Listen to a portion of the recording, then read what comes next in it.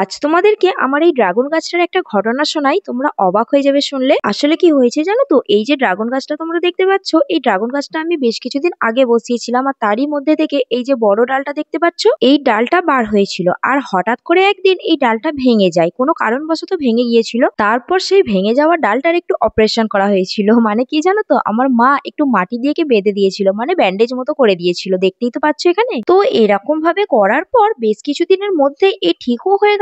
আর এরই পাশ থেকে কত অসংখ্য ছোট ছোট চারা বের হচ্ছে, তোমরাই দেখো খালি। আর এটা থেকেই প্রমাণ পাওয়া যায় যে ড্রাগন গাছের জান কিন্তু অনেকটাই শক্ত, এ চট করে মারা যায় না। আচ্ছা, আমার যে গাছের মধ্যে এতগুলো ডাল হয়েছে, এতগুলো ডাল তো আমি রাখবো না, কিছু ডাল রেখে দেবো। বাকি নিচে থেকে যে ডালগুলো বের হয়েছে প্রত্যেকটা ডালকে আমি কাটিং করে বাদ দিয়ে দেবো। আমি 6 দিন ধরে তোমাদেরকে ভিডিও দিতে পারিনি, তার জন্য আমি খুবই দুঃখিত। আমার শরীর অসুস্থ থাকার কারণে আমি তোমাদের সাথে ভিডিও শেয়ার করতে পারিনি। এখনো পর্যন্ত আমি পুরোপুরি সুস্থ হতে পারিনি। আমার ভয়েসটা শুনে আশা করি তোমরা বুঝে গেছো যে আমার গলার আওয়াজটা কেমন চেঞ্জ হয়ে গেছে। তাও অনেক কষ্ট করে আমি তোমাদের জন্য ভিডিও বানালাম। তো ভিডিওটা যদি তোমাদের হেল্পফুল বলে মনে হয়, প্লিজ একটা লাইক করে দিও।